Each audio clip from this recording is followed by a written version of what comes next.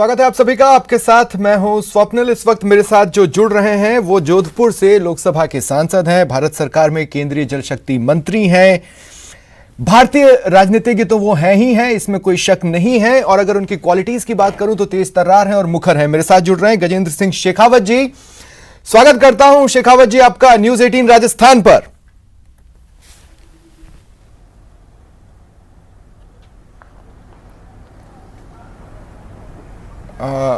लगता है मेरी आवाज उन तक नहीं पहुंच रही है। केंद्रीय जल शक्ति मंत्री गजेंद्र सिंह शेखावत एक्सक्लूसिवली कुछ ही पलों में न्यूज 18 राजस्थान पर कोरोना काल में और लॉकडाउन में ये जो तमाम घटनाक्रम अब तक रहे हैं, शुरुआत से आज तक, इस वक्त तक उनके सवालों का वो जवाब देंगे। मुझे बताया जा रहा है वो मेरे साथ जुड़ चुके हैं। शेखावत जी, स्वागत करता हूं आपका न्यूज 18 राजस्थान पर। धन्यवाद। शेखावत जी, जब कभी भी मैं एकदम स्टार्टिंग से ही बात करना चाहता हूं, लॉकडाउन की सोच आई, उसे इंप्लीमेंट किया गया, तब क्या केंद्र ने सोचा था कि लॉकडाउन 3.0 खत्म होने के इतने नजदीक इस तरह के आंकड़े होंगे?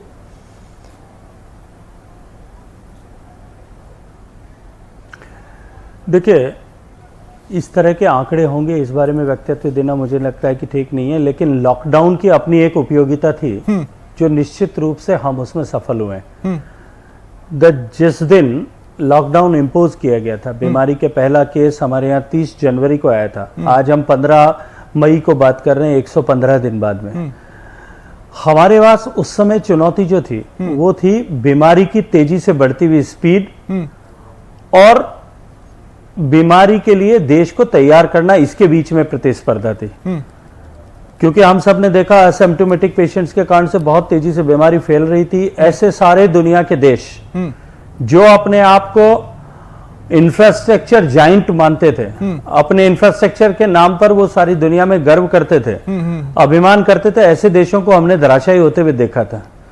भारत डेवलपिंग नेशन, दुनिया का दूसरे सबसे ज्यादा पॉपुलेशन वाले देश होते हुए भी भारत में इस बीमारी से लड़ने के लिए प्रारंभिक चीजें कि पीपीई किट, एक भी किट हमारे यहाँ नहीं बनता था, N95 मास्क नाम मात्र के थे। देश के ऐसे ऑलमोस्ट जो है 1/3 जिले ऐसे थे जिनमें पर्याप्त वेंटिलेटर और तारीफ की थी। यहाँ तक कि WHO ने भी भारत सरकार के इस कदम की तारीफ की थी, लेकिन समय रहते लॉकडाउन लगाने पर क्या इस तरह के आंकड़े होने थे?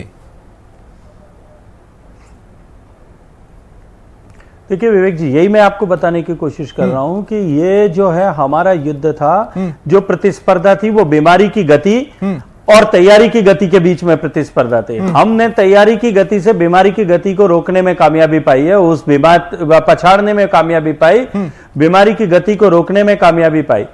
आज के परिप्रेक्ष्य में भी यदि हम देखें तो 115 दिन जिस देश में हो गए हों, उस देश को भारत की आबादी की और उस देश की आबादी की तुलना में अगर मल्टीप्लाई करके देखिए, भारत में आज भी आंकड़ों की जो है नंबर ऑफ केसेस कंपैरेटिवली बहुत कम है।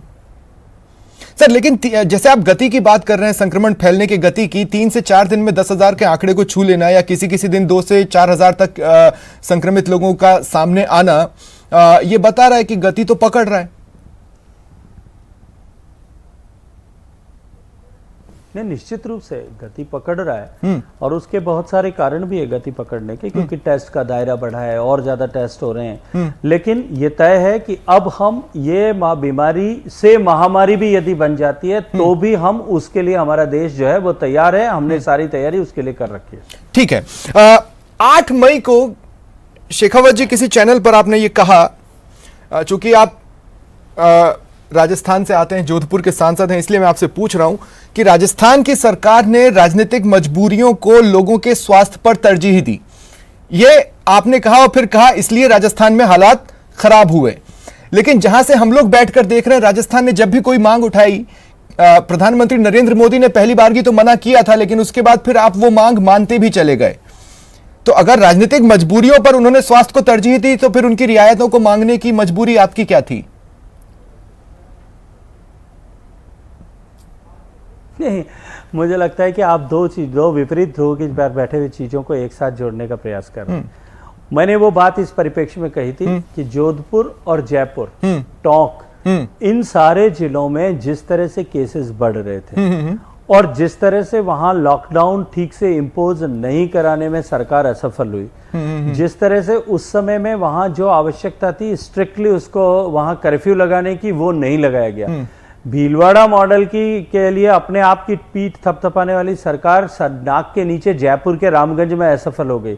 वहां के विधायक जो है उन्होंने ही खुद ने खड़े होकर के उस लॉकडाउन एरिया में लॉकडाउन का मखौल उड़ाया। लॉकडाउन में कंडीशन में 200 लोगों को इकट्ठा किया, इस कारण से पूरे जयपुर शहर में, और ठीक ऐसी परिस्थिति जोधपुर में बनी। इस परिप्रेक्ष्य में ये बात कही थी। लेकिन लेकिन भीलवाड़ा मॉडल का क्रेडिट तो प्रदेश सरकार को देते ही नहीं है। राजस्थान की सरकार ने यह मांग की कि बिल्कुल नहीं, भीलवाड़ा मॉडल के क्रेडिट अगर प्राइमरीली किसी को मिलना चाहिए तो भीलवाड़ा की जनता को मिलना चाहिए, और उसके बाद में यदि कोई उसका हकदार है तो स्थानीय प्रशासन के लोगों ने जिस तरह से इंप्लीमेंट किया वो हकदार है। आपने अपने जवाब में 8 मई को ही आगे कहा था शेखावत जी, जहां तक मैं याद कर पा रहा हूं बहुत अच्छे से, वो प्रवासी मजदूरों से जुड़ा मामला था और आपने ये कहा था कि भाई उन्होंने पहले कहा कि जाने दें, फिर उन्होंने कहा कि बस दे दें, फिर उन्होंने कहा कि रेल दे दें, लेकिन ये तमाम चीजें तो केंद्र की ओर से कालांतर में मान ही ली गई ना। नहीं मान ली गई, लेकिन उसका इंप्लीमेंटेशन की परिस्थिति क्या है? जो सरकार ये दम भरती थी कि हम 4000 बसें तैयार है, केंद्र सरकार हमें अनुमति दे, हम तुरंत बस में भर करके अपने लोगों को लाने के लिए तैयार खड़े। वो जब अनुमति मिली उसके बाद में उन्होंने वो बार मांग छोड़ करके उन्होंने रेल की मांग प्रारंभ कर दी। जब रेल की अनुमति मिली उसके बाद में भी मैं कल के आंकड़े आपके साथ में साझा करना चाहता हूं। कल दोपहर 2 बजे तक उत्तर प्रदेश के में 386 ट्रेन पहुंच चुकी थी, रास्ते में थी, उन ट्रेनों की बात नहीं कर रहा हूं। आज जो चली है उनकी ट्रेनों की बात मैं नहीं कर रहा हूं। बिहार में 246 ट्रेनें पहुंच चुकी थी। राजस्थान में कुल मिलाकर के कल शाम तक जो है 16 ट्रेनें पहुंची थी। राजस्थान ट्रेन नहीं ले रहे। वेस्ट बंगाल में कुल मिलाकर के 6 ट्रेन पहुंची थी।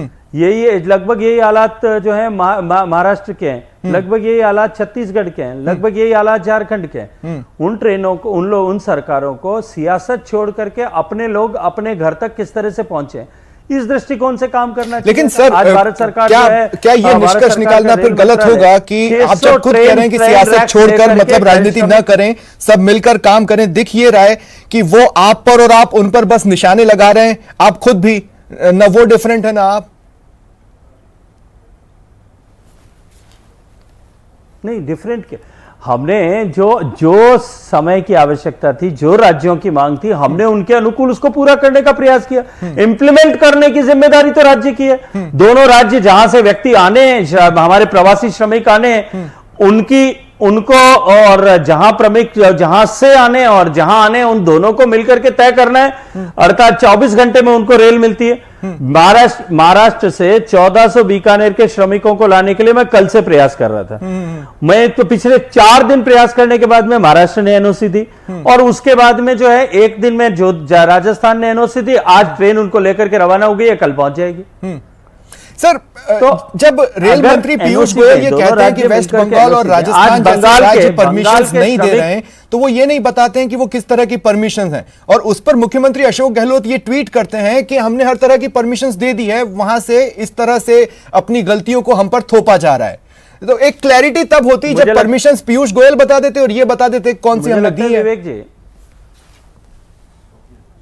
मुझे लगता है कि वो परमिशन शायद आपके समझने में कहीं कमी रह गई होगी। मैं आपके सामने स्पष्ट कर देता हूं। ठीक है। जो रेल मंत्रालय ने प्रोटोकॉल प्रवासी श्रमिक एक्सप्रेस ट्रेन चलाने के लिए दिया था, वो ये था कि जिस प्रदेश से श्रमिकों को आना है और जिस प्रदेश में जाना है, दोनों अपनी सहमति व्यक्त करें, दोनों एनओसी दें, अनुमति दें, और जिस प्रदेश से रवाना होना है वो प्रदेश एक इंडेंटेड रेल को इश्यू करे। रेलवे तुरंत उसको रैक जो है उपलब्ध कराएगी। 600 से ज्यादा ट्रेन रैक्स उसके लिए जो है डेडिकेटेडली चलाने की व्यवस्था कर दी गई। ठीक है। अब ये अनुमति की व्यवस्था करना कि कहां किस सरकार के किस प्रदेश के कितने लोग मौजूद हैं, ये जानकारी, ये डेटाबेस केंद्र सरकार के पास तो नहीं है। वो उन्हीं राज्यों को अपने अपने लोगों को लेना पड़ेगा। अब वेस्ट बंगाल ने 106 ट्रेन हम अगले 1 महीने में लेंगे, ऐसी जो है स्वीकृति उन्होंने प्रदान की है। ठीक है। जबकि वेस्ट बंगाल के जितने श्रमिक देश भर के में हैं, अगर उन सबको लाना है तो अगले 1 महीने तक रोजाना 106 ट्रेन चलाने की आवश्यकता है। अगर मैं सड़क मार्ग को लेकर बात करूं शेखावत जी, तो अब जैसे कि राजस्थान के बॉर्डर पर मजदूरों को गुजरात में एंट्री से गुजरात की साइड से रोक दिया गया, या मध्य प्रदेश में एंट्री से मध्य प्रदेश की साइड से रोक दिया गया, तो यहां पे भी तो दो सरकारों के बीच में तालमेल नहीं है। सिर्फ महाराष्ट्र या पंजाब या राजस्थान को ही बोल देना क्या उचित होगा?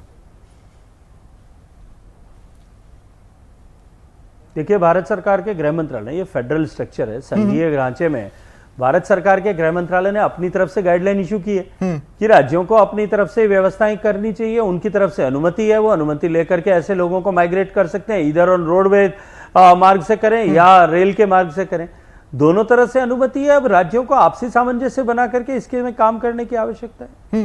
लेकिन एक ग्रास रूट पर एक सवाल जरूर मेरे दिमाग में आता है शेखावत जी, सरकारें हैं, स्टेट की भी हैं, सेंटर की भी हैं, नोडल एजेंसियां भी आपने बनाई हुई हैं, ये प्रवासियों में या प्रवासी मजदूरों में ये विश्वास जगाने में क्यों असफल रही कि वो जहां हैं वहां सुरक्षित हैं और घर जैसा रह सकते हैं?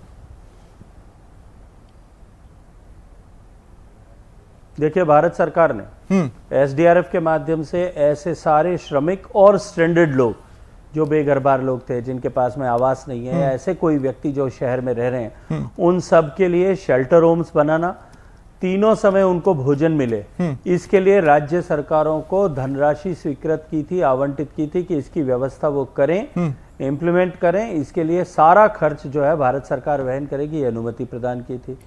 लेकिन मैं एक बात आपसे साझा करना चाहता हूं, चाहे मजदूर हों, चाहे प्रवासी काम करने वाले कामगार हों, या हम सब हों, हम सबको ये मानव का स्वभाव है कि जब कठिनाई की परिस्थिति आती है, जब दुख और तकलीफ आती है, तो उसको उसका परिवार दिखाई देता है, उसमें एक भावनात्मक दबाव उसके ऊपर होता है, इमोटिव प्रेशर उसके ऊपर होता है। मुझे लगता है कि पहला कारण इमोटिव प्रेशर था, और दूसरा कारण कि राज्य सरकारों ने एस्पिरेशंस जगाए लोगों में।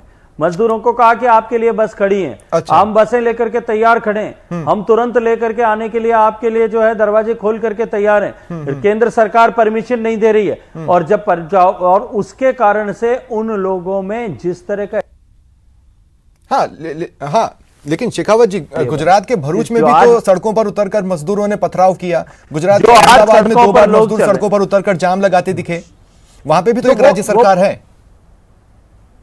क्यों किया? हाँ। क्योंकि नहीं, वहां की राज्य सरकार वहां सारी व्यवस्थाएं कर रही है, लेकिन राजस्थान की राज्य सरकार हो, या वेस्ट बंगाल की राज्य सरकार हो, या बिहार की राज्य सरकार हो, इन सब सरकारों ने जिस तरह से एस्पिरेशन जगाया कि हम तैयार हैं आपको ले आने के लिए, जब अनुमति मिलेगी हम तुरंत लेकर के आएंगे, और बाद में उसकी अनुमति देना मना कर दिया। ठीक है, आपने अनुमति देना बंद कर दिया। अगर आप उस समय से अपने जैसे आपने एक्सपीरियंस जगाए थे उसके अनुकूल 4000 बसें लगा करके अगर आप गुजरात से राजस्थान के सारे श्रमिकों को लाते, तो मुझे लगता है ये समस्या पैदा नहीं होती। ठीक है सर, मैं एक डर आपके साथ साझा कर रहा हूं, मुझे उम्मीद है कि आप लोगों के मन से भी ये डर हटाएंगे और मेरे मन से भी ये डर हटाएंगे। एक पत्रकार के तौर पर जब मैं देखता हूं केंद्र सरकार ने एक इतना बड़ा पैकेज अनाउंस किया है जो देश की तस्वीर पूरी तरह से बदल कर रखने का मादा रखता है, पर केंद्र और राज्य आपस में लड़ते दिख रहे हैं, ऐसे में ये पैकेज जमीन पर उतरेंगे, इस पर संशय के बादल छा जाते हैं।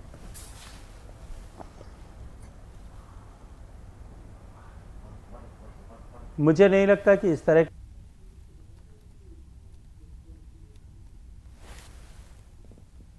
देश को आत्मनिर्भर बनाने के लिए देश के प्रत्येक व्यक्ति को साथ जुड़ना पड़ेगा। ये संदेश देने के लिए ही प्रधानमंत्री जी ने 5 अप्रैल को सॉलिडेरिटी का संदेश देने के लिए देश को एक साथ बाहर निकल करके दिए जलाने के लिए कहा था, और सारे देश ने एक साथ, एक रूपता, एक मत का, सारे जो लोगों ने जो है कि हम इस चुनौती को हरा कर रहेंगे, इस चुनौती को अपॉर्चुनिटी में बनाकर बदल के देंगे, इससे सारे देश ने एक साथ खड़े होकर के अपनी सहमति व्यक्त की थी।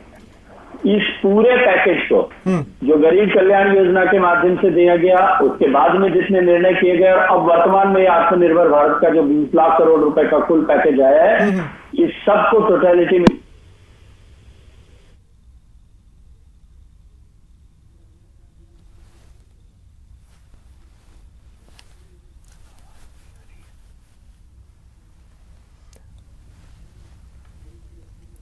लगता है मेरा उनसे संपर्क किसी कारण से बाधित हो रहा है, उनकी आवाज़ मुझ तक नहीं आ रही है, लेकिन अब तक की जो बातचीत रही है,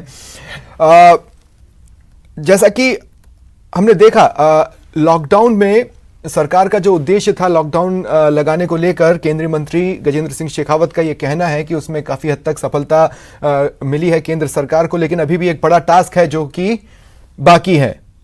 गजेंद्र सिंह शेखावत जी मेरे साथ एक बार फिर ऑडियो लाइन में कोई डिस्टर्बेंस नहीं रहा है, वो मेरे साथ जुड़ चुके हैं। 20 लाख करोड़ के पैकेज की शेखावत जी आप बात कर रहे हैं। पी चिदम्बरम, ममता बनर्जी और तमाम कई नेता हैं जो ट्वीट कर रहे हैं, लगातार बोल रहे हैं कि किसानों और मजदूरों के लिए कोई प्रावधान नहीं है। वहीं दूसरी ओर ओम माथुर जी एक खत लिखते हैं अमित शाह जी को कि पलायन कर रहे मजदूरों को लाने ले जाने में इस रकम जो अलॉट हुई है उसका इस्तेमाल उसमें कर लिया जाए। देखिए, जहां तक 30 लाख करोड़ रुपए के पैकेज का प्रश्न है, मैं एक विषय आप सब लोगों के साथ में साझा करना चाहता हूं, आपको इतिहास के पन्नों में 100 साल पीछे ले जाना चाहता हूं। ठीक है। 1918 में जब पूरी दुनिया इसी तरह की एक महामारी से जूझ रही थी, स्पेनिश फ्लू के नाम से, दुनिया में 6 करोड़ लोग मरे थे। उस समय अमेरिका के तत्कालीन राष्ट्रपति उन्होंने पूरे अमेरिका का आह्वान करते हुए कहा था कि अमेरिका फर्स्ट, और उन्होंने कहा कि हम अमेरिका को आर्थिक रूप से इस तरह से तैयार करेंगे कि आने वाले समय में अमेरिका सुपर पावर बने। और हम सब ने देखा कि 2 दशक में अमेरिका सुपर पावर बन के खड़ा हुआ। 100 साल बाद में वही उसी तरह की महामारी दुनिया के सामने, दुनिया में मानव के जीवन के अस्तित्व के संकट से गुजर रहा है, और पूरी दुनिया में साथ के साथ में एक राष्ट्रीय अध्यक्ष खड़े होकर के कहते हैं, और वो है नरेंद्र मोदी जी, के हम देश को आत्मनिर्भर बनाएंगे, हम इस पैंडेमिक को चुनौती के और अवसर के रूप में बदल करके इस क्राइसिस को हम अपॉर्चुनिटी के रूप में बदलेंगे। ठीक है शेखावत जी, कुछ एक दो सवाल और मैं जल्दी लेना चाहता हूं, मेरे पास समय की कमी है। एक तो यह कि नदियों के प्रदूषण में भारी गिरावट देखने को मिली है, क्या हम लॉकडाउन खत्म होने के बाद भी उन्हें इतना ही साफ देख पाएंगे?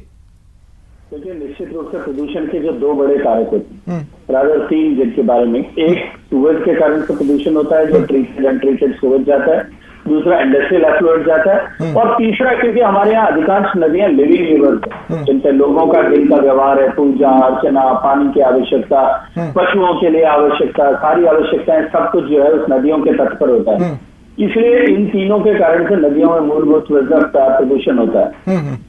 निश्चित रूप से हमने जो इनिशिएटिव गंगा की 40 नदियों से लिए, उसके परिणाम पूरे देश में, पूरी दुनिया के 22 करोड़ लोगों ने कुंभ के समय में देखे हैं, और आने वाले कुंभ के समय में हरिद्वार में और देखने वाले हैं। ठीक है सर, शुक्रिया आपका हमारे साथ एक्सक्लूसिवली जुड़ने के लिए और तमाम